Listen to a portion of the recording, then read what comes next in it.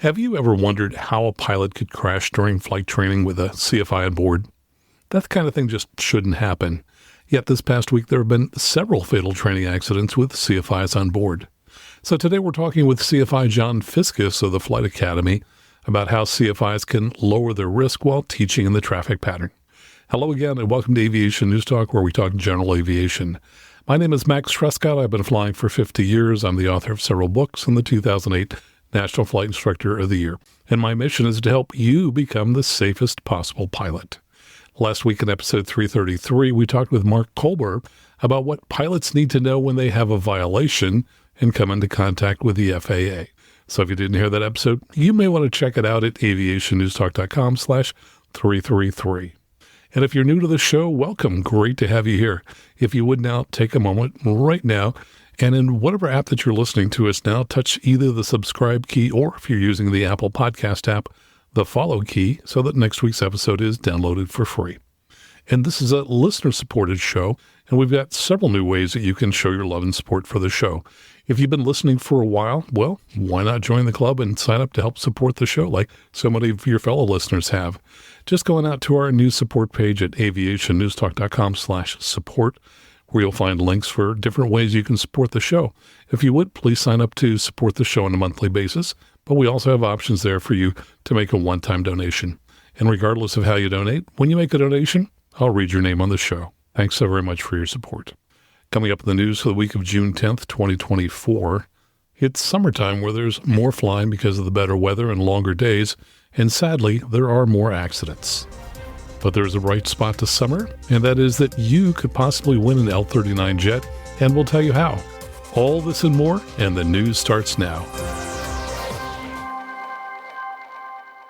So let's jump right in and talk about those several flight training accidents that have happened in the last week. By the way, flight training is usually one of the safest forms of GA flying, with an accident rate that's typically just 1/3 of the rate of personal flying. From clickondetroit.com, NTSB investigates fatal plane crash that killed instructor and injured student. The NTSB is investigating what caused the fatal crash of a Piper PA-28-140 Cherokee Cruiser, November 1039 X-ray. The crash occurred at 1:13 p.m. on Monday, June the 10th. Officials confirmed that the flight instructor, a 46-year-old man from Dearborn, Michigan, was the instructor who died in the crash. Also, the 22-year-old student was taken to the University of Michigan Hospital in Ann Arbor and listed in critical condition. The crash happened in a large field. Aerial footage of the scene showed that the plane had severe front-end damage and one of the wings had broken. The CFI was an instructor at Solo Aviation at the Ann Arbor Municipal Airport. He also reportedly worked as a chiropractor in Dearborn. Now, I've looked at the ADSB ground track, and it's clear that the aircraft was practicing S-turns along a road, though oddly they were done at 2,700 feet MSL, which would have been about 1,900 feet AGL. I say oddly because S-turns are typically done per the ACS between 600 and 1,000 feet AGL. Shortly after the S-turns, the aircraft began descending at about 800 feet per minute, and it made a 180 back in the general direction of the nearest airport. Now, that would be consistent with practicing an emergency approach to land in which you simulate an engine failure, but it could just as easily have been an actual engine failure or even fuel exhaustion, so there's no way to know at this point what happened. And from asn.flightsafety.org, on Friday, June 14th, another Piper PA-28-140 Cherokee Cruiser, November 515 Delta Hotel, crashed in a wooded area to the southeast of Siller City Municipal Airport, that's KSCR, in North Carolina. A post-impact fire erupted. The CFI and student pilot perished in the accident. I've looked at that ADSB data. There was no maneuvering on the flight, and the aircraft appears to just be flying from Raleigh Executive, KTTA, to KSCR, a distance of 21 miles, perhaps to do landing practice. It shows the aircraft descending from 3,500 feet down to 1,200 feet on what looks to be the 45 entry leg to the airport. The descent rate averaged between 900 and 1,000 feet per minute, though it did get as high as 1,300 feet per minute. Airspeed throughout the descent averaged 105 to 110 knots. The last data point showed the aircraft still on what looked to be the 45 entry at 1,200 feet MSL, but the field elevation is 615 feet, so they were already a couple of hundred feet below the traffic pattern altitude while on the 45. At the time of the accident, the temperature was 29 degrees C and the dew point was 20 degrees C. I ran those numbers through a Carby's calculator, and it said the relative humidity was 58%, and there was a moderate risk of serious icing at descent power settings. And of course, this aircraft had been descending for a couple of minutes at a lower power setting. This was a 1969 model year aircraft, so it did have a carbureted engine. And from asnflightsafety.org, a Cessna 172R Skyhawk, November 656 Mike Alpha, was destroyed when it impacted terrain in the vicinity of Gainesville Municipal Airport, that's KGLE, in Gainesville, Texas. One occupant sustained fatal injuries, another was seriously injured. It appears the aircraft was doing landing practice when the accident happened. The crash reportedly occurred at 8:44 p.m. I looked up the local sunset time, and that occurred 6 minutes before the crash, so it still would have been fairly light outside. I looked at the ADS-B track, and it shows the aircraft departing from Denton, Texas, 27 miles to the south, climbing to about 4,500 feet, and then doing some maneuvering. It then proceeded to Gainesville, where it appears to have done 3 full-stop landings based on the 3 several-minute-long gaps in the data. The last data point shows the aircraft at 1,200 feet, or about 400 feet AGL, on what appears to be the base leg for a 4th landing. The 27-year-old female flight instructor was killed in the crash, and a 26-year-old male student pilot was seriously injured. The aircraft appeared to be making left traffic for runway 36. However, the crash site was a few thousand feet northwest of the departure end of runway 36. So it's possible that aircraft made a 4th landing and crashed while taking off, or that it did a poorly executed go-around. Of course, there could have also been mechanical or fuel issues. So it's been a bad week for flight instruction, and I hope you'll stick around to hear our conversation with John Fiscus about ways to improve safety while teaching in the traffic pattern. And in other news from DallasNews.com, the preliminary report is out on a fatal student pilot crash last month. The Cessna 150 had no evidence of a pre-impact malfunction or mechanical failure. At 8:39 p.m. on May 15th, authorities responded to a fiery plane crash south of Godley, Texas. The 19-year-old student pilot was fatally injured. A motorist driving with his daughter near where the aircraft crashed witnessed the plane flying slowly and, quote, almost hovering before entering a spiraling nosedive. The preliminary report describes a series of maneuvers the aircraft did during the 50-minute flight. It then says, and I'm reading now from the report, the airplane remained on an east-southeast ground track while on a 400 to 500 feet per minute climb until another loss of ADS-B data. At that time, the airplane was climbing through 2,300 feet MSL with a ground speed of 48 knots and a calibrated airspeed of 69 knots respectively. For the next 28 seconds, there was no ADS-B data recorded for the airplane. However, limited airplane position data was recorded by ADS-B Exchange that showed the airplane entered a left turn toward north, while its ground speed decreased to as slow as 13 knots. When FAA ADS-B coverage resumed, the airplane was on a rapid descent about 300 feet southeast of the accident site location. During the final 7 seconds of recorded data, the airplane's ground speed was between 5 and 60 knots, and the vertical speed varied between minus 6,000 and minus 10,000 feet per minute. At 8:39, the final ADS-B data point, the airplane was descending at 7,500 feet through 1,000 feet MSL, which was 75 feet AGL, with a ground speed of 42 knots and a calibrated airspeed of 79 knots. By the way, I looked up sunset time for that date and location. The sun set 18 minutes before the crash, and civil twilight was just 8 minutes after the crash. So it would have been fairly dark, which is not a good time to be doing maneuvers. And just a quick note, I know that some flight instructors will sign a student off and permit solo at night. I have never allowed night solo, as I think it unnecessarily increases risks for student pilots. From Twitter.com, 2 people were aboard a small World War II-era plane and died when it crashed shortly after takeoff from Chino Airport in Southern California on Saturday afternoon. The twin-engine Lockheed 12A went down around 12:35 p.m. off the runway. A witness said the plane was, quote, no more than 300 feet in the air when it, quote, took a nosedive. The Lockheed 12A, also called the Electra Junior, is an 8-seat, 6-passenger, all-metal, twin-engine transport aircraft of the late 1930s, designed for use by small airlines and companies.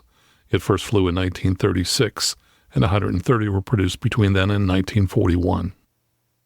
From LodiNews.com, 2 killed in plane crash near South Lake Tahoe. 2 people were killed in a plane crash near South Lake Tahoe, according to the Alpine County Sheriff's Office. The aircraft was a Luscombe 8A, owned by a pilot in San Jose, California. It had taken off from the Lodi airport. The passenger was identified as an 80-year-old woman who lived near Lodi, who was flying with her cousin, the pilot from San Jose, to meet his brother at a timeshare in El Dorado County. Now, I've looked at the map, and the crash occurred near Luther Pass, in an area where typically pilots would fly at 10,500 feet and higher. For example, 3 miles south of Luther Pass is a mountain peak at 10,000 feet, and 5 miles north of the pass is a mountain at 10,800 feet. So realistically, I'd want to be at 12,500 feet or higher in that area. Many Luscombe 8As were shipped with 90 horsepower engines, and there's an STC that lets you put in an O200 engine, which is 100 horsepower. But from my perspective, this is way too little power to be flying in those mountains. A significant percentage of accidents in the Tahoe region involve pilots such as this one who live in the flatlands near the coast, where the flying is totally different from flying in the mountains. From avweb.com, controller warned floatplane pilot of boat before collision. An air traffic controller warned the pilot of a Harbor Air DHC-2 Beaver floatplane of a potential conflict with a boat as the pilot got ready to take off for a sightseeing trip around Vancouver Harbor a week ago on Saturday. The aircraft and boat collided a short time later, injuring 3 on the boat and heavily damaging the aircraft. The Cole Harbor area of Burrard Inlet is a designated floatplane aerodrome and has so much traffic that it has its own air traffic control tower mounted atop a high-rise building. The controller saw the boat entering the northern edge of Area Alpha, an area of the harbor designated for floatplane use. Boats are allowed to cross that portion of the water, but are to keep a watch out for aircraft. According to a recording, the Beaver pilot said, "Express 5209 ready for Northwest if you have time." The controller responded, "Express 5209, caution for the westbound boat at Northern Alpha, take off northwest at your discretion." Canada's TSB is leading a multifaceted investigation. Now, I owned a seaplane for a number of years, and I have an ATP for both single and multi-engine seaplanes. And in most seaplanes, when you start the takeoff, the yoke is pulled all the way back and the nose of the aircraft is high, obscuring the view ahead of you. As you get faster, you relax back pressure as the seaplane gets higher out of the water and is on the step, at which point you have better forward visibility. Later at rotation speed, you'll pull back on the yoke to lift off. Now, from the video, it appears that the accident aircraft was in that nose-high portion of the takeoff for most of the time and appeared to be lowering the nose just at the point that it hit the boat. In other news, from AOPA.org, pilot sentenced for lying on FAA medical. A Louisiana pilot has admitted in a post-conviction plea deal to defrauding 2 federal agencies out of disability benefits over several years, and he was sentenced on June 11th to 6 months of home confinement and 3 years probation, along with $850,000 in fines, $750,000 of which are specifically related to fraudulent FAA medical certificate applications submitted in 2018, 2020, and 2022. And also from AOPA.org, a Florida man faces new charges of avionics theft. The suspect of Newport Richey, Florida, was indicted June 5th by a federal grand jury on 5 counts of interstate transport of stolen property. According to prosecutors, he operated aviation services businesses and is alleged to have stolen avionics from aircraft parked at airports across the country and sold the stolen equipment online to unsuspecting customers. He was convicted in 2008 for similar crimes. He faces a maximum sentence of 10 years in prison for each count. From avweb.com, a 53-year-old tragic mystery appears to be solved in Vermont. In January 1971, Jet Commander November 400 Charlie Papa departed from Burlington, Vermont, bound for Providence, Rhode Island. The twin jet disappeared shortly after takeoff in snowy weather. Last month, the wreckage was found in 200 feet of water in Lake Champlain. And finally, from CNBC.com, Liquid Death is giving away a functional $400,000 fighter jet or a briefcase full of $250,000 cash. Liquid Death has built a $1.4 billion brand by being as eye-catching as possible. Its latest marketing stunt is taking things to the next level. The canned water brand announced a contest that will see it give away a $400,000 fighter jet to one of its fans. The custom-painted Aero L-39C Albatross has been dubbed the Dehydrator because its thrust will, quote, relieve you of your bodily fluids and make you empty your stomachs. Well, that sounds pleasant. Between now and September 4th, each in-store purchase of a Liquid Death product will count as an entry into the sweepstakes. To enter, contestants will need to upload a photo of their receipt to the website. In addition to the jet, the winner will receive 6 free months of hangar space outside of Chicago, as well as a year's supply of Liquid Death and a custom-branded flight helmet. The company will also cover the sales tax for the plane for the winner. The 2-seater aircraft can travel up to 470 miles per hour. The winner will be responsible for any expenses related to owning and operating the jet, including fuel and hiring a pilot if you don't have a license to fly the plane. In the event that the winner doesn't want the jet, Liquid Death is offering an alternative cash prize of $250,000 delivered in a briefcase. The 6-figure contest is a reference to Pepsi's ill-fated jet giveaway in the 1990s, which resulted in a lawsuit and spawned a Netflix docuseries called Pepsi, Where's My Jet?, which is about a contest they had that said it would give away a Harrier jet. And I just watched that Netflix docuseries. Kind of interesting. I've included a link to it in our show notes if you want to see it. In an interview with CNBC in 2022, Liquid Death founder Mike Cesario said, "We want to actually entertain people and make them laugh in service of a brand. If you can do that, they're going to love your brand because you're giving them something of value. And maybe for you or perhaps me, that thing of value could be an L-39 jet. And if I win, I'll let you know." Coming up next, our conversation with John Fiscus with tips on how to stay safe while teaching in the traffic pattern. All right here on the Aviation News Talk podcast.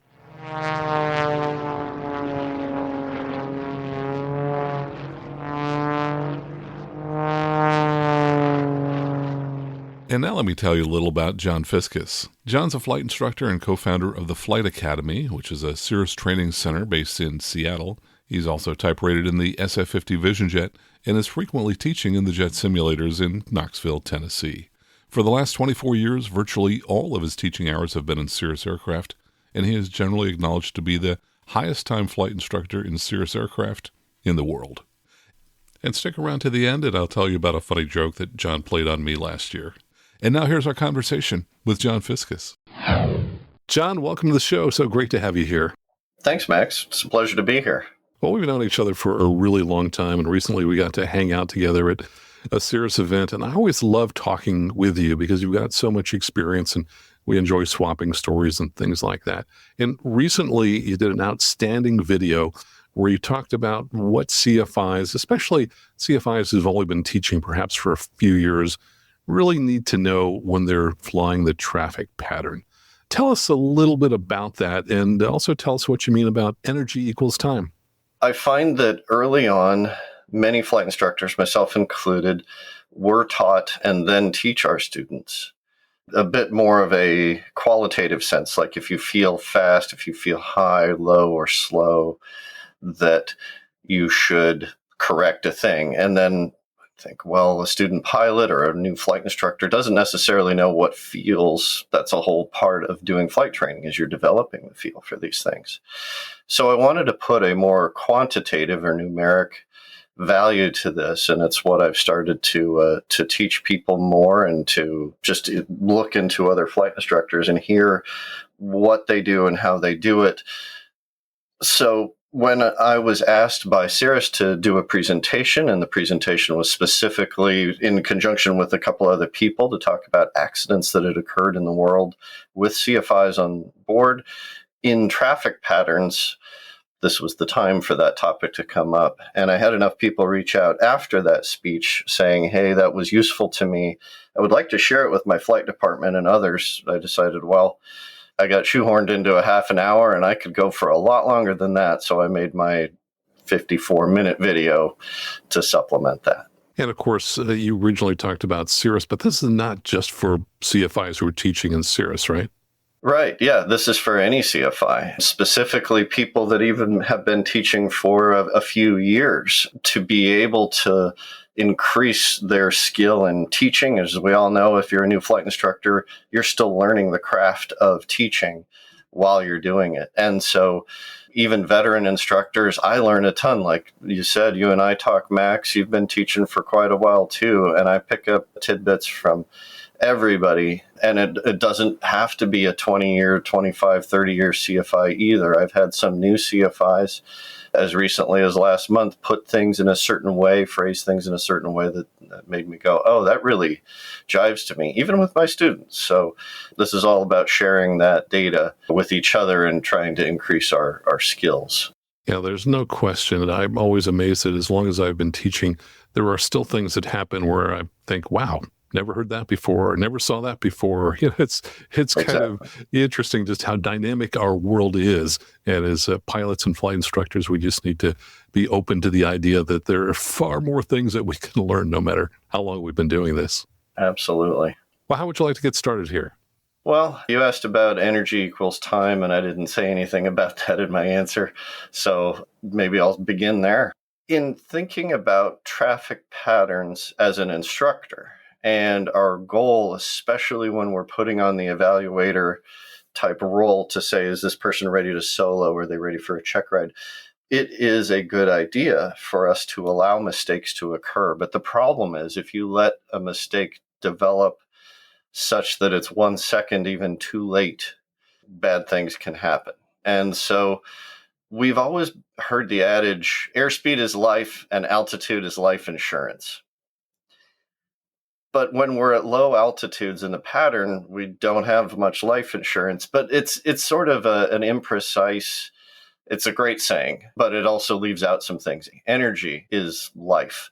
And what we mean by life, it's time. It's time for us to react. It's time for the airplane to be able to continue flight or not, as the case may be. So the CFI needs to be monitoring the total energy state. And of course, airspeed is energy, engine power is energy, and altitude, the potential energy of altitude. All of those things can contribute to time. But the fact remains, as we get closer and closer to the runway, even a large amount of energy may still not result in an abundance of time to react. And so as we get closer and closer to the ground, we have to be more and more critical of both our energy state and the time that we have to react, and therefore less tolerant of errors. Yes, as a CFI, we're constantly monitoring these things and trying to figure out how much margin do we have left. And yeah, I think it's important for CFIs not to be constantly fixing things for pilots. For example, I was doing a phase check yesterday, and in a phase check, we're not supposed to teach. And gentleman had trouble starting the engine. And guess what? I let him struggle with it. It's the hardest thing to do as a flight instructor, is to just sit there and be quiet. I had a customer phrase this, and I thought it was a great way to describe what we're doing as instructors. The instructor wears 3 hats. The first hat you wear is a teacher. The second hat you wear is a coach. And the third hat is an evaluator. That's the hardest hat to wear, because you sit there and you go, I know how to provide, with a few brief sentences, I could provide this person with the information they need to start that engine. And I'm not going to do it. And that's really difficult. But it's absolutely necessary, because otherwise, and this is obvious, what happens when you're not there, which is maybe the next flight after their check ride, and they're turning the engine over and over and over, burning out starters, costing thousands of dollars, looking bad in front of their friends and family, and better to look a little bit sheepish in front of us than any of those other situations. Yeah, indeed. I think it's important. I think so many young CFIs think of themselves as just teachers, but the coaching is so important as well. And I think there's a lot of psychology involved there. Absolutely. So much that we are, well, and psychology of the student and psychology of us as the instructor, recognize that you will have trouble being quiet and make it an active effort when you're wearing the evaluator hat to be an evaluator. So talk a little bit about what you call the ready position. You also mentioned guard position. Are those the same thing? They're pretty much the same thing. The concept is familiar probably before a person even finishes their CFI. It's familiar to a student pilot. You've seen your CFI ready to take over. The concern I have with that, because this is just me speaking as a student, was when I had an instructor who was very visibly quite close and on edge and ready to grab those controls away from me. I was incredibly aware of what they were doing. And as a result, I was less aware of what I was doing. I was devoting some small portion of my brain to the fact that the person next to me is clearly very concerned about our safety. Otherwise, they wouldn't be as closely guarding these controls as they are. And since they are so worried about us dying right now, I should be really worried about that too. And I'm so busy thinking about that I have a really bad approach or a bad landing or something like that. And now they're mad at me. Why did you make these mistakes? We had these before. I don't know, gosh. And it took me a long time to really come to realize I'm distracted by what you're doing. And I've seen it with my students. If I just shut up and let them fly the airplane and come in on final and do their job and maybe make some small errors, they do a lot better. And if I'm not really close, hovering on the controls, ready to grab them at the last second, that's good. Now, that being said, of course, the CFIs, you got to be ready to jump in there. So I like a relaxed position where my hand is near the controls, but not like hovering as though I'm about to grab them. I'm within a few inches. And my other hand is in a position such that I could approach the throttle from under my customer's hand. It is very easy. If you try to come over their hand, they'll either pull their hand away or something like that. There could be a very valuable second lost, fumbling, if you will, for the throttle. So coming from under your client's hand, but just sitting, resting with your hands, your ostensibly left hand, if that's where the throttle is relative to you, down low, but within, again, 6 inches or so to the throttle.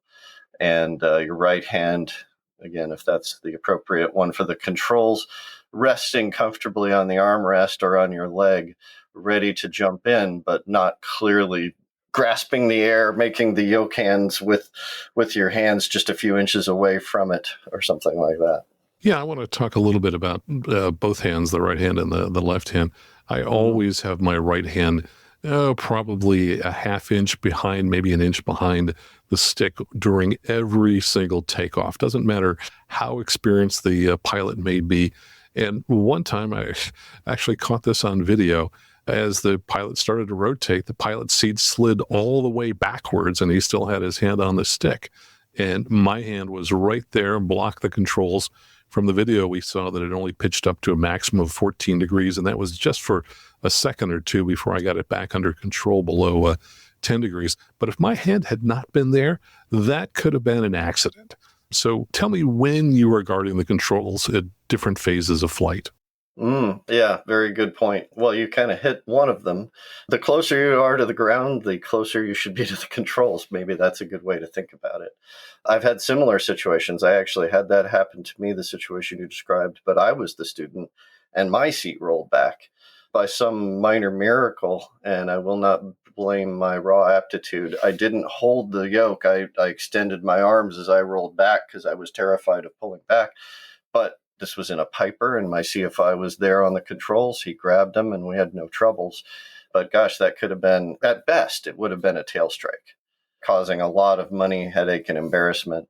And at worst, it could have been disaster. And so the flip side, of course, when you're coming into land, you want to be within a few inches of the controls and ready to go. When you're up at altitude, perhaps doing a steep turn maneuver or something like that, or even at a slightly lower altitude doing S-turns over a road, can be a little bit more relaxed about it. You're still quite a bit high. You've got lots of energy in the form of airspeed. You're well above stall speed, ostensibly. And you've got a reasonable amount of altitude. 1,000 feet is not a ton, but it's also a lot of space to recover, provided you've chosen a good place to do this, right? You're not in rising terrain or near large towers or anything like that, which was a mistake at the outset. So, yeah, that's a good point. The closer you are to the ground, the closer you may want to be to the controls. And let me just go ahead and translate it for folks who might be flying in a Cessna or Piper with a more traditional yoke. One thing you can do is take your right hand, put it palm up on your leg so that your hand is below the yoke, but maybe it's not quite so obvious that you're sitting there ready to grab it. And yet, literally, you're an inch or two at the very most below it, and you can grab it in a second. Yep. That's an excellent point. Yeah. And I appreciate the translations, Max. I've been teaching for 24 years, but most of it has been in Cirruses. So I've lost some of those skill sets. Well, let's talk about something Cirrus specific, which is the left hand in the throttle. And folks have told me in the past that, yeah, they like to kind of keep their hand behind the throttle so they can move it forward. And yet I find that really difficult to do without being very obvious and kind of in the way. How do you do that? Do you have the cover up on the center console to make some more room there? Or how do you get your hand underneath your client's right hand when it's on the throttle? I sit with my hand not necessarily right under their hand, but with my, in this case, left hand low. And you know how there's a space between the center console and the seat. Perhaps I'm in that area with my hand. I'm not down in there, of course, but that's roughly where my hand is floating. And I've pulled my elbow in a bit closer to my torso there so that I'm not interrupting the center console, the armrest. I like to leave the armrest in the position that it's going to be in when the pilot's flying. And in many cases, we kind of rest part of our elbow or the back part of our forearm on that armrest when adjusting the throttle. And it's a great way to make small power adjustments to sort of have an anchor point. So yeah, I sit down, elbow in towards the torso, hand down low, sort of in the space over the space between the seat and the center console there, within a few inches of the throttle. And I can come under their hand and catch both the mixture and the throttle should I need to. Of course, the mixture should be full rich if the pilot has dutifully done their before landing check and used a couple of the triggers that we're going to talk about shortly. But as any CFI knows and any student pilot knows, it doesn't always happen perfectly. Yeah. And you're palm down, I guess, when you're in that position? Palm down. That's right. Got it. All right, super. Well, thanks for the clarification. By the way, what's the downside of trying to just push the top of their hand forward, which is what I've kind of thought I would do? Yeah, if you come at their hand on the throttle from above, and again, we're talking Cirrus specific, so not the Vernier type Cessna controls, your hand can slide off the top of theirs, or the student may, in a very honest and well-intentioned moment, pull their hand away and thus pulling yours with it as you're applying a downward force. Your hand glances off the controls. You've now missed pushing the throttle forward, and you're losing precious seconds potentially when you're very close to the ground trying to get your hand back around out of the way. Or maybe they freeze. I have had a couple of occasions where I have had students freeze on the controls, and people become very strong when they are worried. And this goes well beyond worry, to be frank. And so coming from under, the strength of their fingers holding the throttle is going to be a lot less than the strength of their upper arm and wrist and the rest of that part that you're trying to fight from above. Interesting. All right, good. Well, go ahead and step us through the traffic pattern and talk about the decreasing tolerances that you use throughout the pattern and other things that are important to observe within the pattern. Sure. Just contextualizing it, this is a conversation about a CFI who is attempting to allow errors. So we've got a bit of the evaluator cap on right now. We're trying to not help too soon. You might end up verbally correcting, and I'm going to talk about that, but we are at least going to allow some errors at this point. Think pre-solo student pilot, but very close. So I break it down into the different legs of the pattern. In the downwind leg, we are approximately 1,000 or so feet, maybe 800 feet at some point in the downwind. And so in that phase, we've got plenty of energy and therefore time. We're at about 1,000 feet. We are well above stall speed, potentially not even configured yet for landing or about to be. So we still have plenty of time to react. So one of the things that I advocate is hard numbers. We started our conversation with that. I look at the ACS for guidance there, or in this case of Cirrus pilots, the IFOM, which doesn't conflict in any way with the ACS. It's a supplement to it. So I look at that and I say, all right, I'm going to allow, before I verbally correct for the student pilot, I'm going to allow up to 200% of the ACS tolerance. So that's 200 feet on the altitude deviation, plus 20 minus 10 knots on the airspeed, something like that.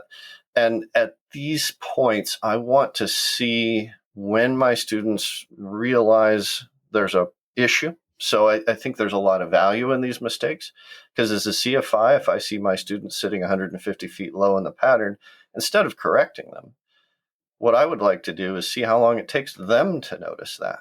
That tells me what their mental workload is. That tells me how long it took them to see it. Maybe it's just a couple of seconds. I saw it and then they correct it, or it could reflect their mindset. There's a bit of resignation. I'm 150 feet low, but I'll just leave it, and I don't, I want to then discuss these things in post brief. Tell me about when you saw that, why you accepted it, or maybe they didn't even notice it, right? So we've got data now to provide a good flight instruction experience. I'm addressing the actual problem rather than, well, you thought it was fine that we were 200 feet low. Maybe they didn't think it was fine. They were just so distracted by where is that piper entering the pattern that they lost all track. I also look at bank angle a bit. We talk about limiting bank angle to 30 degrees in the pattern, which is a very good idea. I will allow up to 35 degrees bank before I say anything. I'm going to take a note of all of these errors, by the way, on my knee board. I'm still a pad and paper type of person, but take notes somehow so that you can discuss this in post, because you do want to cover these mistakes. You just don't want to cover them right now. And so let them perhaps get a little bit out of ACS, let them maybe get a little bit steeper than they should, and see if they can correct themselves. At this point, the only thing that I'm going to say is a kind of a bailout scenario, like we need to get out of here. Again, we're in the downwind, is if we do incorrect inputs or very aggressive inputs. These are signs that a student is not quite ready to be doing what we're doing, because incorrect or aggressive inputs, when we're close to the runway, which we're about to be, can give you very little time as a CFI to react. And maybe they need to see a few more demonstrations before we put them into this evaluation phase. Okay, excellent. Let's talk about now on the base leg. What are the tolerances you're looking for there? Yeah, so it's getting a little bit tighter as we get into the base leg. We're now at a lower altitude, ostensibly between 800 and about 500 feet. Again, I'm talking Cirrus, so refer to the SOP for your aircraft if it's not a Cirrus.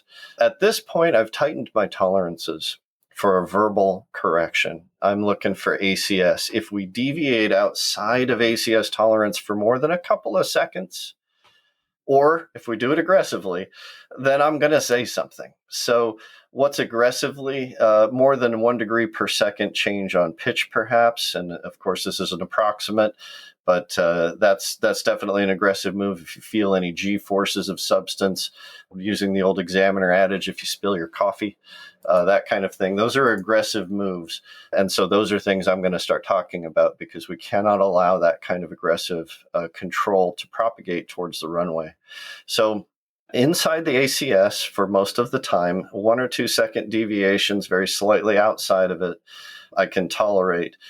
I'll verbally correct. If there is no response within 1 or 2 seconds to my verbal corrections, I'm going to jump in and physically manipulate the controls, and we're going to get out of there, because we're showing our students at this point that this is actually very important. It's not okay to be slow, low, or steep banked at this phase this close to the ground.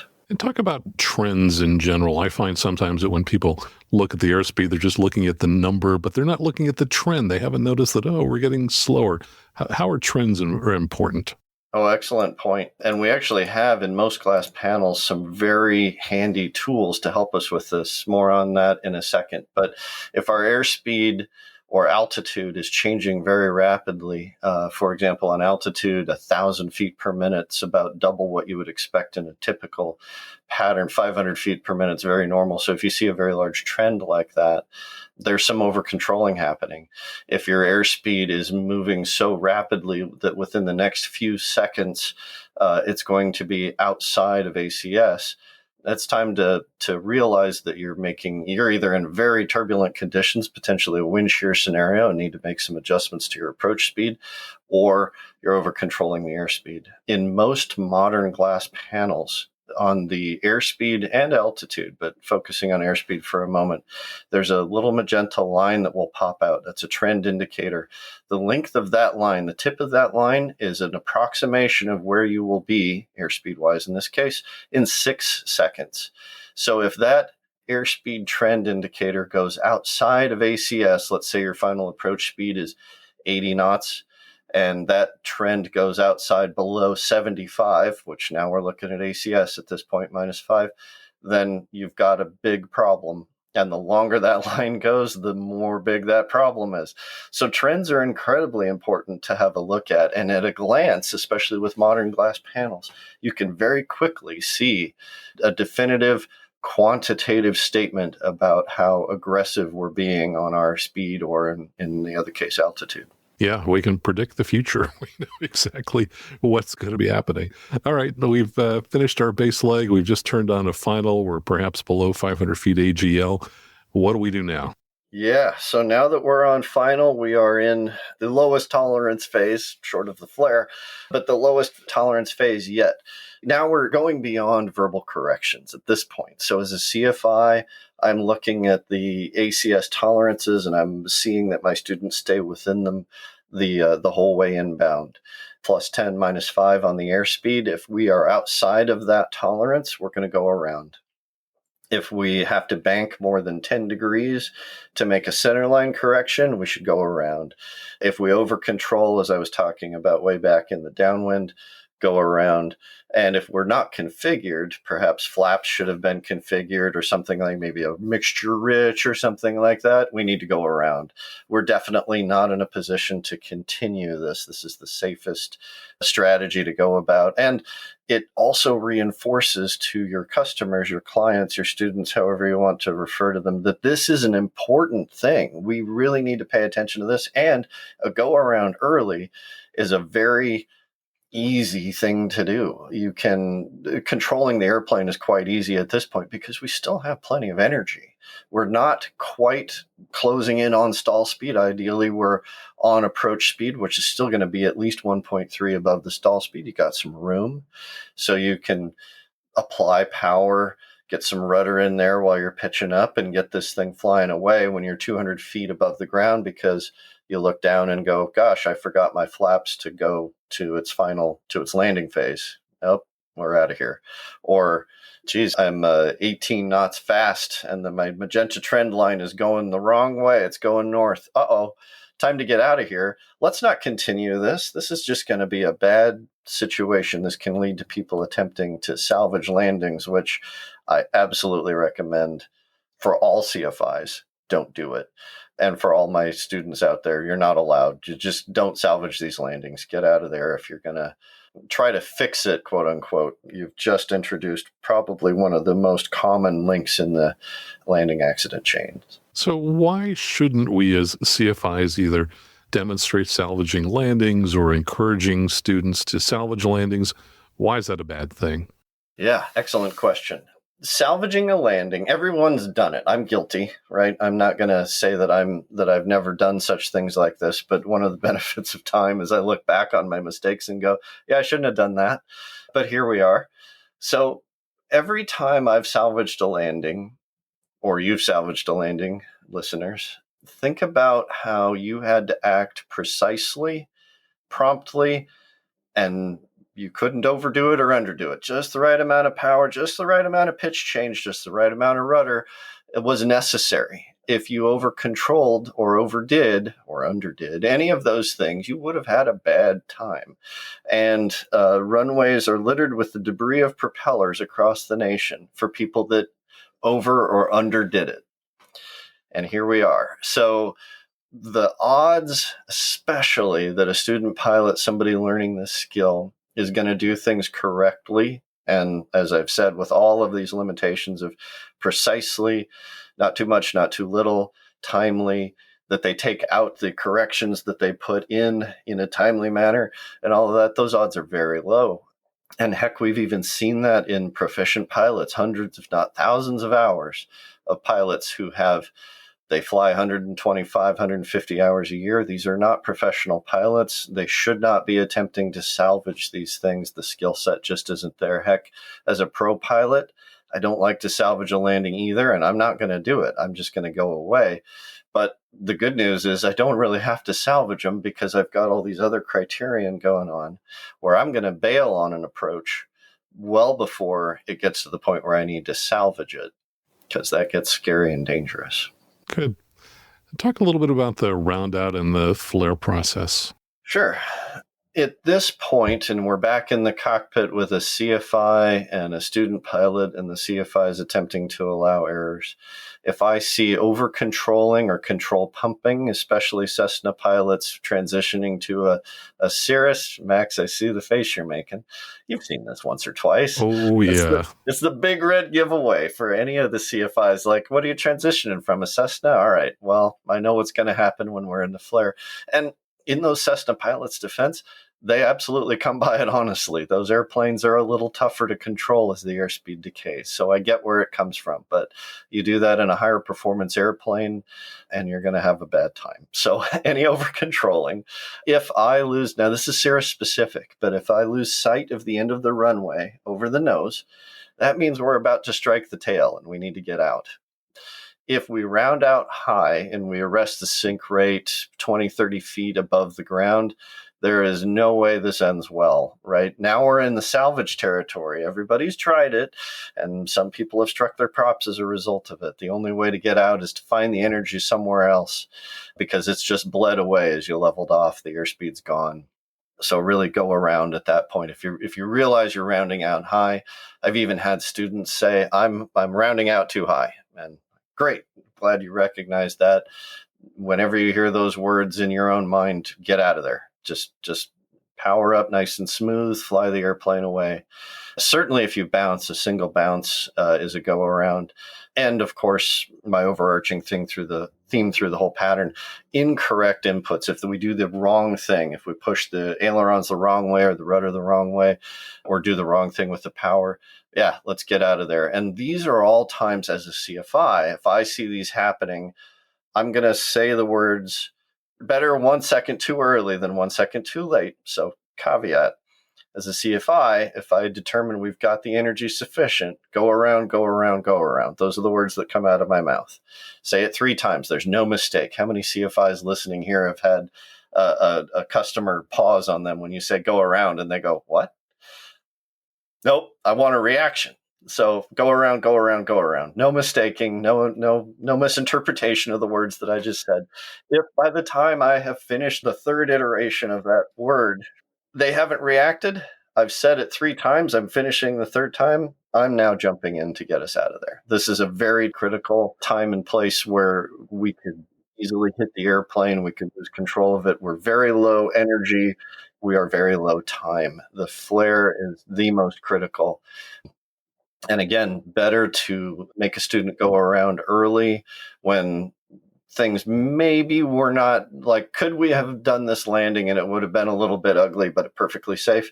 Perhaps. I would rather the student learn, go around and well, especially a pre-solo student, because that's one of my criterias for solo is self-initiated go-arounds, is when they see these things, they are predisposed to getting the airplane out of this very time critical and potentially dangerous situation. So talk about the number of bounces. I thought that was kind of interesting that you mentioned 2 and 3 and so on.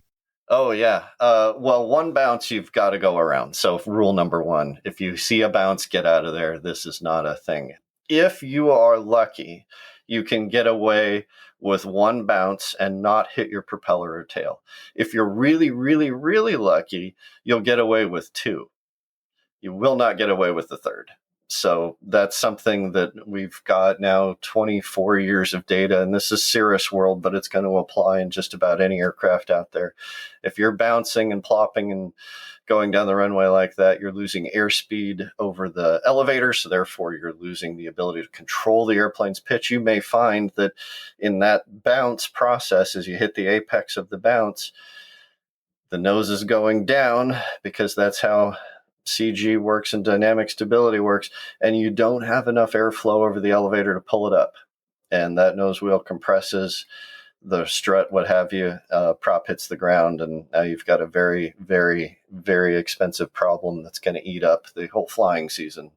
Currently, I think we're at 6 months plus if you strike your prop till you're flying again. So one bounce, just get out of there. If the second bounce, 3 bounces, you're definitely going to have a very bad time.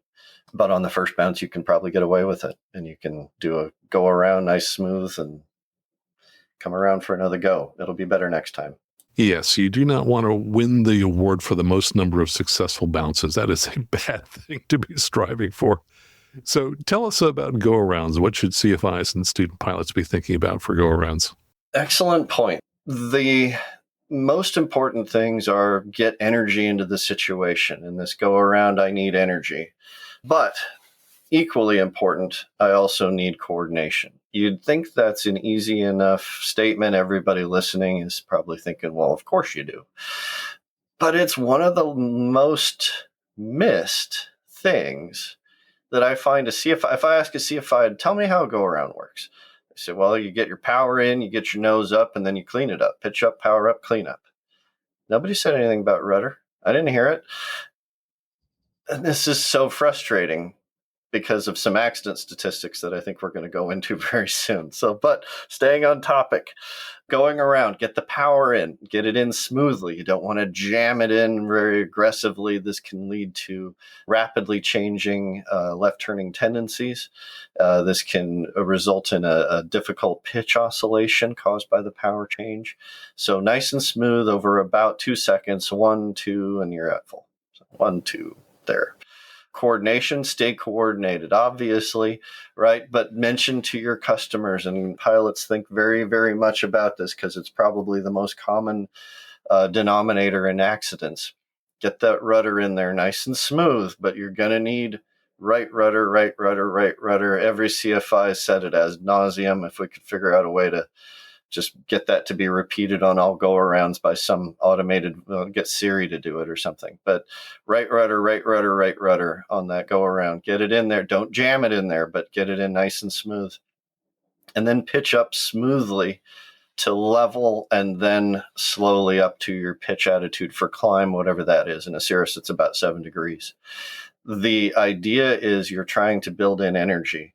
Your wheels may touch the ground depending on when this go-around was initiated, and that's okay. If you were at a level pitch attitude, it maybe won't feel the best in the world, but you're not going to hurt the airplane, probably, and you're not going to hurt yourselves. You're going to get the airplane building energy. The wheels are going to touch the ground the way they were intended. No other parts are going to touch the runway, which are not intended, and the airplane will begin to build energy. So power, coordination in, and then slowly, smoothly pitch to level and then up to 7 degrees. I'm not talking about, half a degree per second pitch. You're going to need to get it there relatively promptly, but we're not pitching for heaven straight away. Don't pitch for the climb aggressively because that can lead to a stall depending on the amount of energy available in your engine, because that's what it's all hinging on at this point. We're getting energy from one source and it's burning the dead dinosaurs in our tanks. So we're definitely attempting to get this airplane energized before we try to climb.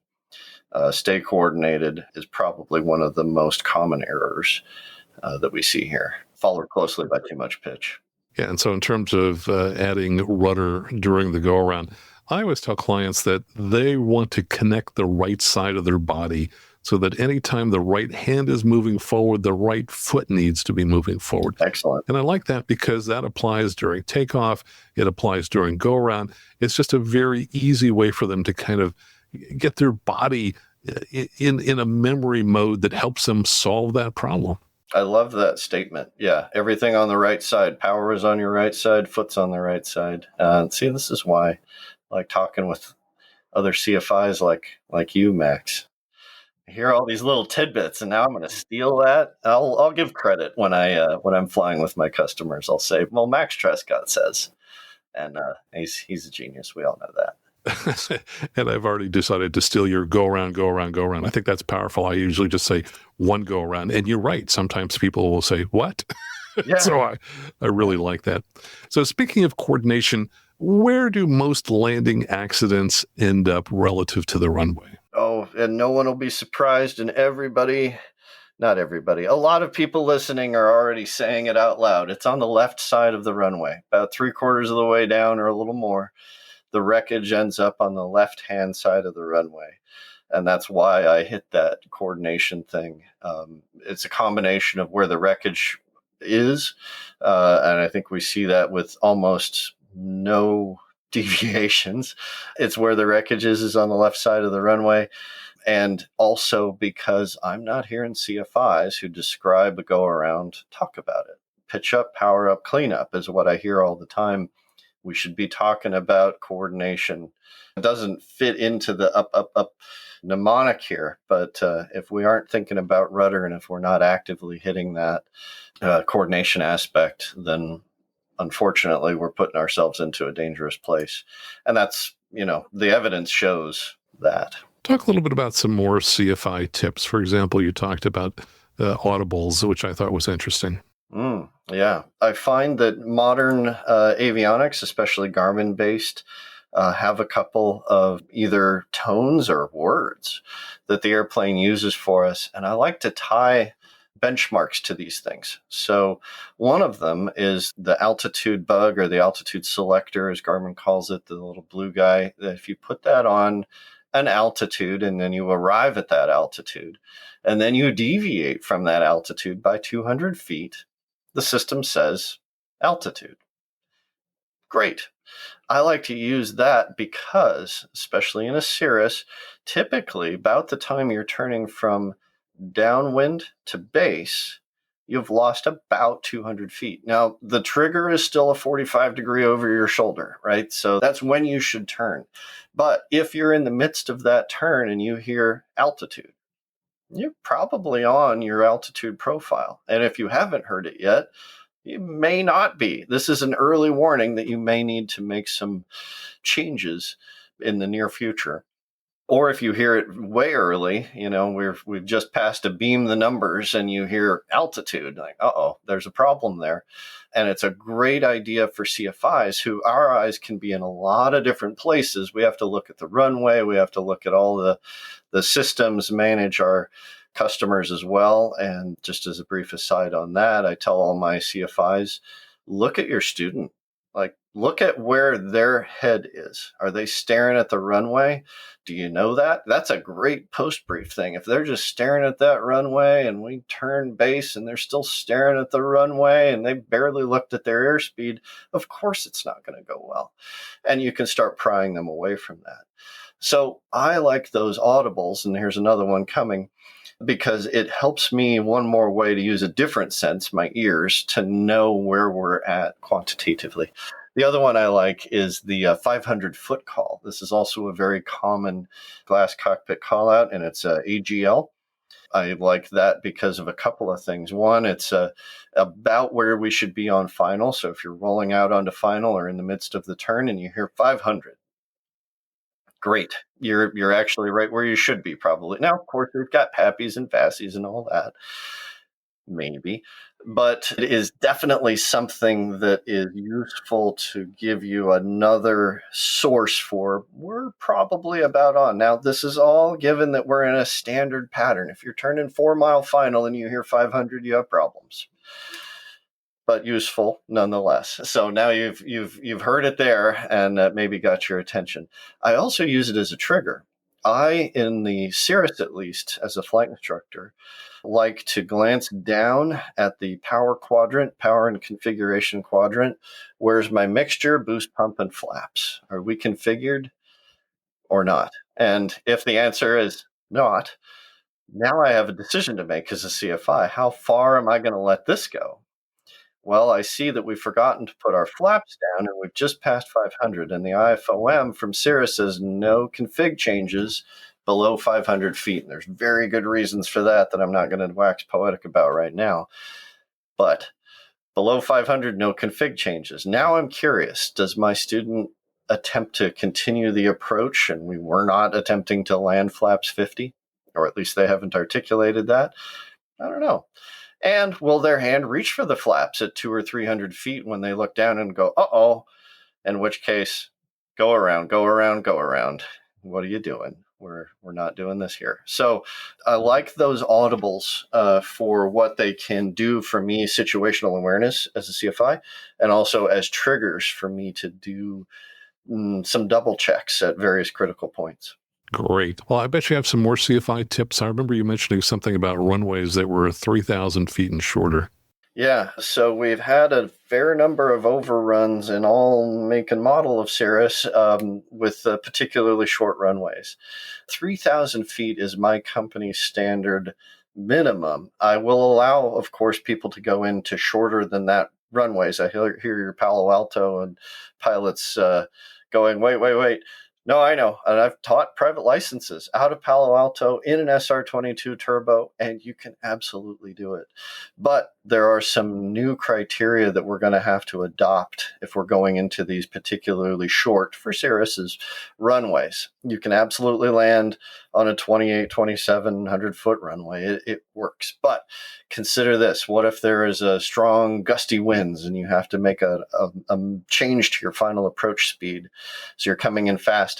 At some point, these runways become unusable because the approach speed you have to do to be safe is no longer going to give you enough runway to stop. You came in fast, you had to, you were doing the right thing, but the runway, there's just not enough of it left. So I like to have those conversations. So shorter than 3,000 feet is a red flag to say, we may very well need to not use this airport if weather or other conditions, maybe I'm coming in with ice. My Fiki Cirrus pilots coming in, remember, flaps 50 if you're approaching with ice. That's the limit. So you're going to be fast. And now you're going into a short runway. That could be a problem for you. So might not work out if it's shorter than 3,000 feet. So this is straight out of personal minimums talk. So shorter than 3,000, red flag. It's not a don't go, but it's hey, there could be some stuff that strikes this airport out in some conditions. What about density, altitude, and terrain? Yeah, that's a tough one. We've seen a number of accidents, fatal ones, with CFIs on board due to density altitude problems in the pattern. Basically, above 5,000 foot density altitude, I don't want to take an SR20, which is still a pretty good sized engine, but the climb rate can be bad in those kinds of conditions over 5,000 feet. Will it climb? Of course it will. But will it climb enough? In Truckee, let's say, a place that's got mountains and trees and potential downdrafts. So to your terrain point, yeah, the book numbers say it should work, but any pilot that's flown in the mountains before will tell you we can find some downdrafts at very inopportune locations. And if your airplane's only capable of 400 or 500 feet per minute after takeoff in these places, and you find a 300 or 400 foot per minute downdraft, which is not that sporty, honestly, you can find those pretty easily. You're scraping now, and you've just departed the runway. The trees are coming up fast, and they're pretty tall, and there's a mountain to your right, and maybe some rocks to the left, and where are you going to go?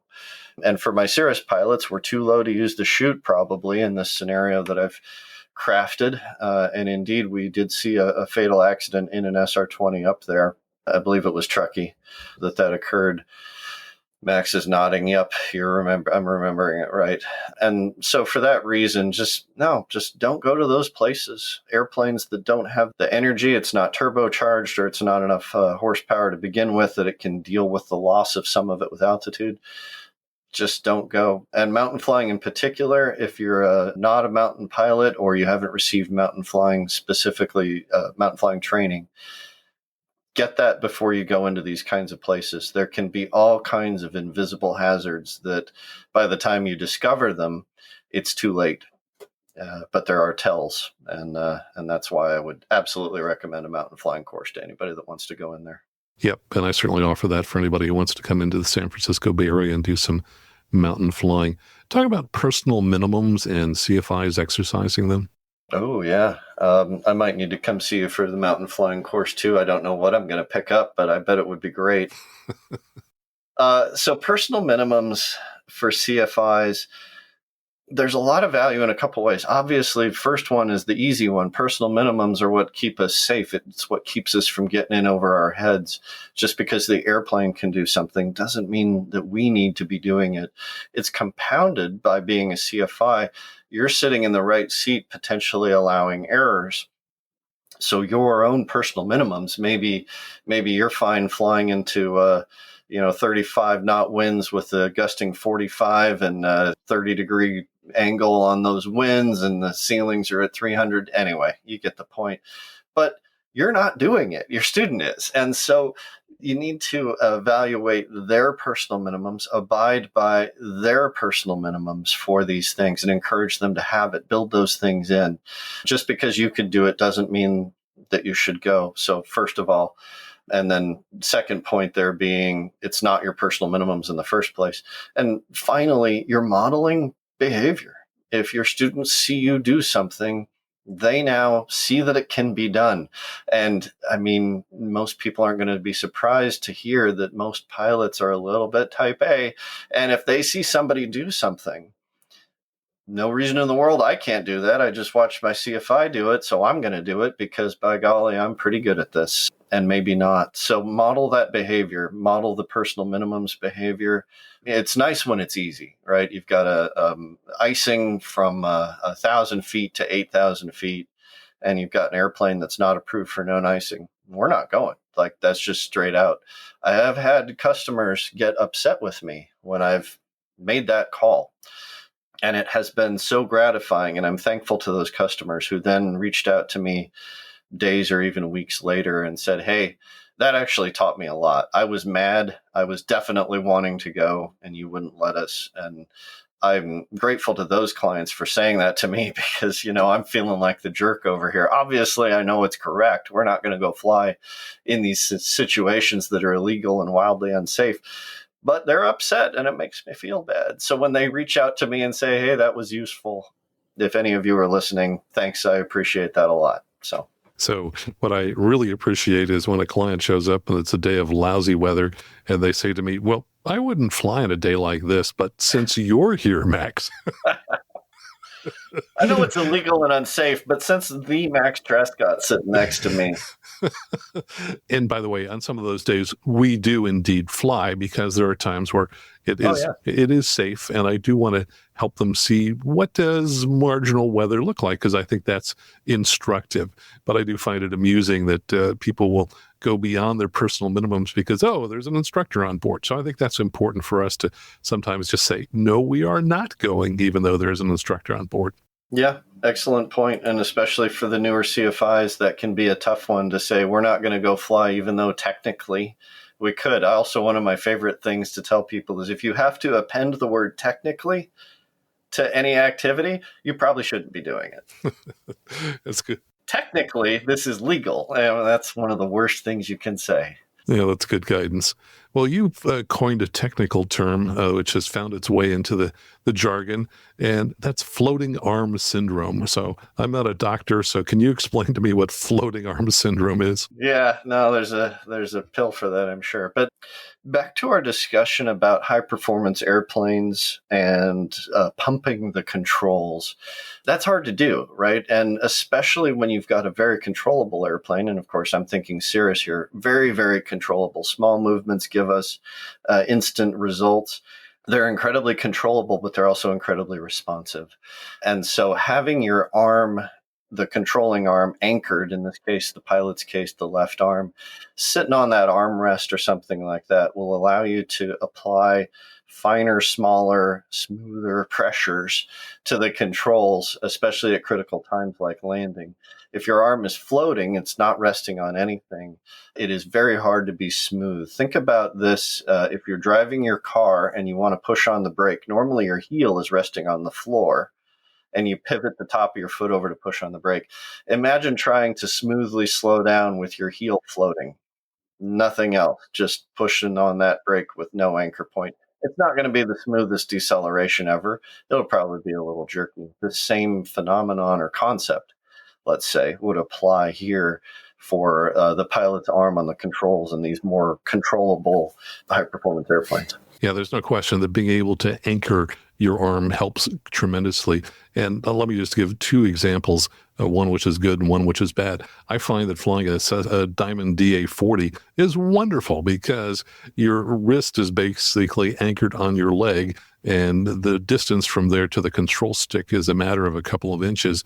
And wow, it's easy to get such fine motor control there because you're moving a very small lever arm, which is basically the distance from your wrist to your fingers. Contrast that with the one airplane that I've flown it twice, that I didn't like. And I like virtually every airplane. And that is, sorry, Cessna, the Cessna Skycatcher. That stoke, which is in the middle, is totally free floating. And there is no way to anchor any portion of your arm when you're operating that stoke, which I think makes pitch control incredibly difficult. So all the airplanes I've flown, that's one I didn't enjoy. And it's for that reason. It's just hard to find a place to anchor your arm so that you get fine control of the stoke. I have never flown a Skycatcher, so I will adopt Max Trescott's recommendation and not fly one. Yeah, and I think the stoke is the name they have for the thing that sticks out. It's not a yoke, but it's essentially a stick that's attached to the front panels in front of you. So anyway, I just don't like that design because I think from an ergonomic standpoint, it doesn't work. It doesn't allow us to anchor our arm to give fine motor control. That's too bad because it seems like a pretty economical airplane to operate, and it would make aviation a lot more approachable. But now it's making it more difficult because, we've got a ton of them around here. I see them all the time. Yeah, ergonomics make a lot of sense in design, and being able to anchor your arm or any of your limbs when you're controlling an airplane definitely helps. Well, let's move on to post-briefing. Tell us all about that. So valuable, especially if you were wearing the evaluator or coach hat. One, it's very important for the CFI to have some kind of notes. Now, that can take many different forms, right? It can be written on a kneeboard. Like I said, I'm still a paper and pen person. I quite like that technique because I can write really small and I don't have any interrupts where I'm changing pages on my iPad. But do what works for you and experiment. CFIs, experiment with different techniques. Just because it's new doesn't necessarily mean it's right, or just because it's old doesn't necessarily mean it's the best. So find what works for you. In the post brief, it's important to touch on all of the different things that occurred to you during the flight. It is hard to remember all the things for your customer, absolutely, even for you as the CFI. So I like the notes. I also like to use my iPad. I'll snap a photo and tell your customers what you're doing, by the way, before you go fly. They think you're playing on your iPad. I've had a few customers complain to me, hey, my CFI was playing around on their iPad while we were flying, and I don't appreciate that. Well, the CFI was taking pictures of the panel for post-brief. And even though they showed the customer those pictures after, the customer didn't correlate. So CFIs, tell your customers what you're doing, but take those photos and use them in the post brief. I really like, especially when it gets technical, we've got these TAA airplanes we're flying, which are awesome, but there's some, at first, convoluted activities. Automation, autopilot, or the Garmin FMS system are the most common errors. So I find that a picture from your iPad is worth probably more than 1,000 words. You'll certainly be able to talk them through. But now you're post-briefing, you're at lunch or what have you, pull up the iPad. Remember when we did this? Sure, says the student who doesn't actually remember that, but they're not going to admit that to you. Let's pull up this picture and look at it. See the mode that the autopilot's in? And you'll have a wonderful discussion about, I didn't realize that there was a difference between VALT and ALTS, I'm talking Garmin autopilotology, and where I should look for that information. Like, oh, cool. And now we've had a really good discussion about it, and we can go back and draw on the whiteboard and get all kinds of interesting things. So a picture can be an incredibly valuable tool for teaching.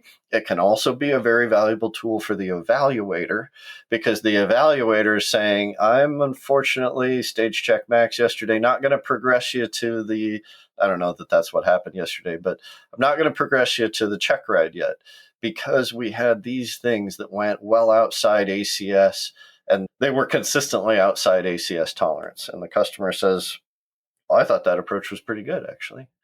Well, here's a photo of you full scale, 20 knots over speed, descending at 1,000 feet a minute, and we're on 2 mile final on that ILS.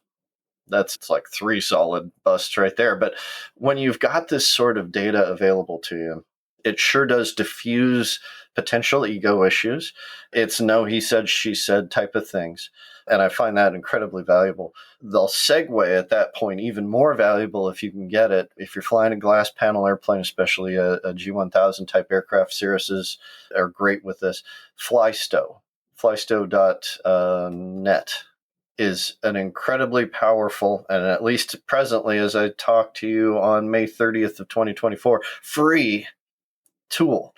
What it does is allows you to take data off of the SD card, put it into this basically interpreter. It's online, and you can recreate a PFD. You can see autopilot modes, power settings, flap settings. You can see a whole lot of data about rates and trends. It'll call out things like G forces on touchdown or pitch attitude on touchdown or how far off the center line you were. So valuable of a tool. And you can replay it. So you can actually watch this flight happen and pause it as you go along and say, let's pause here. Let's look at this point, see how we leveled off at this altitude, but the power stayed at this power setting. And that's a problem because now 20 seconds later, we're 20 knots slow. And that's why. And so now I've used this post-brief tool to recreate a scenario that's frankly hard to remember because that was one of 4 approaches that we just shot, let's say. And to say, here's why I've been harping on you about these power settings. We got to know the power settings and we got to think about that.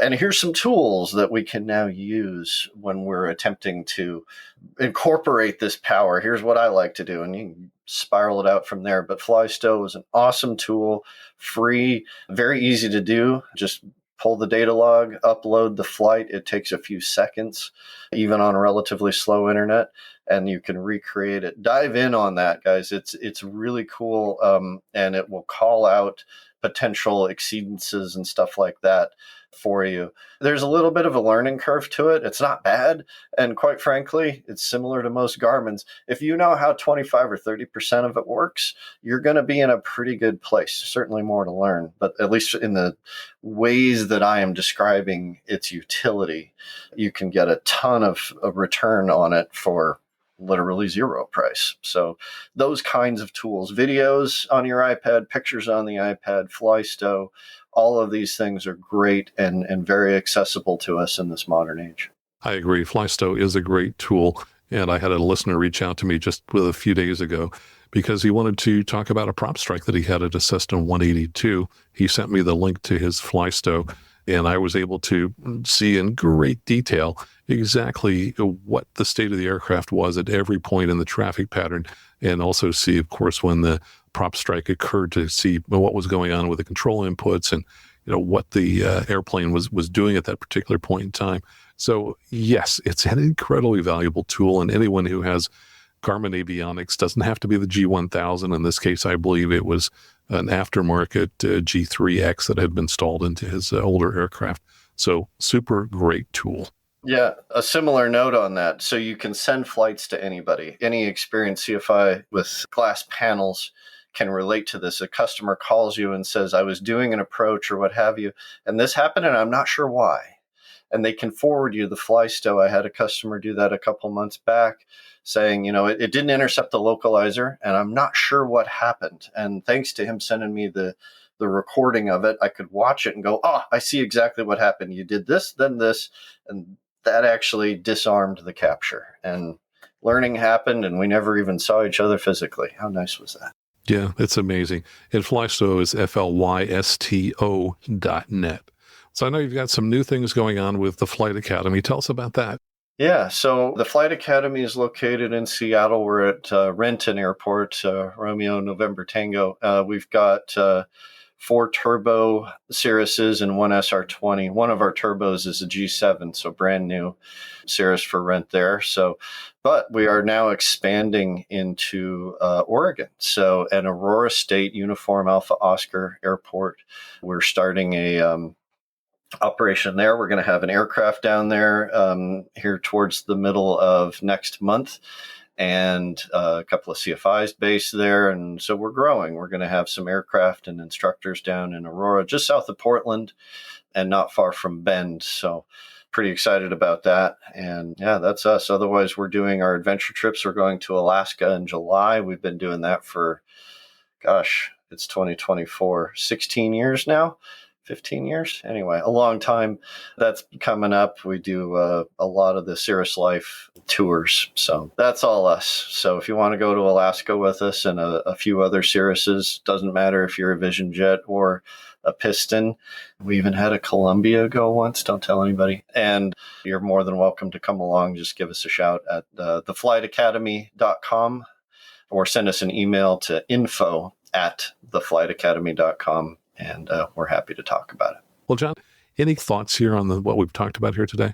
Well, I think we've covered the vast majority of it, as shown here just in this conversation that you and I have had. There are so many tips, tricks, tools that we can do, especially for the newer CFIs. And by that, I mean, if you've been even teaching for a couple of years, or even people like Max and I who've been at it for a while, there's so much value in chatting with other instructors to learn some of the cool tools that they've used, even terms of phrase. We both exchanged some today, and you'll learn them from all kinds of people. I've learned them from my customers and my other CFIs working for us here. It's great. But talk to people, engage in the craft of instruction, because there is so much that we can learn.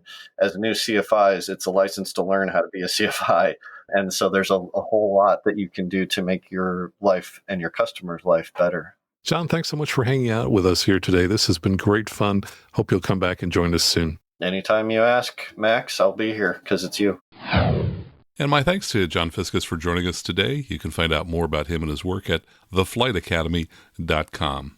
And a funny story about John, last year we were both in Knoxville at the same time, and at one point he gave me a ride from the Cirrus Vision Center over to the hotel, which was just a couple-minute ride.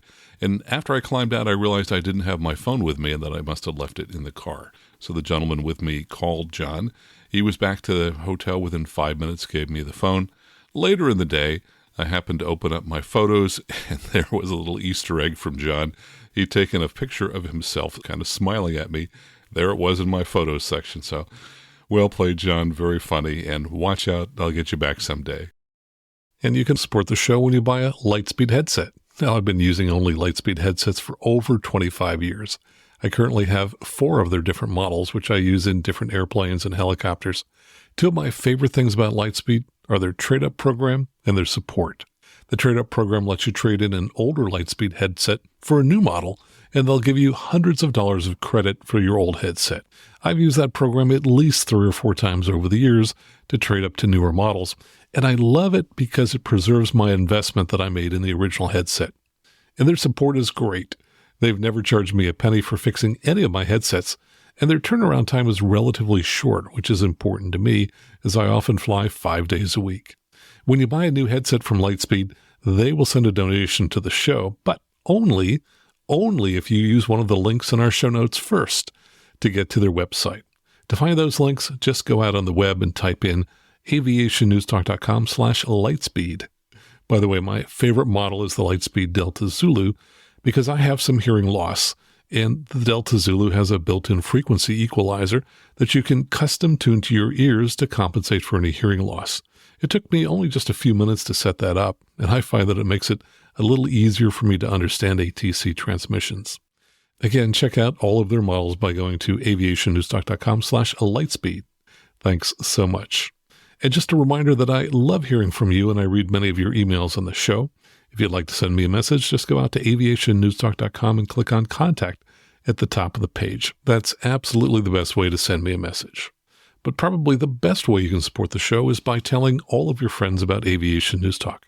And if they're not familiar with how to listen to a podcast, and probably half the population doesn't know how to do it, show them how they can subscribe to the show for free on their smartphone. So until next time, fly safely, have fun, and keep the blue side up, and remember that you can always go around.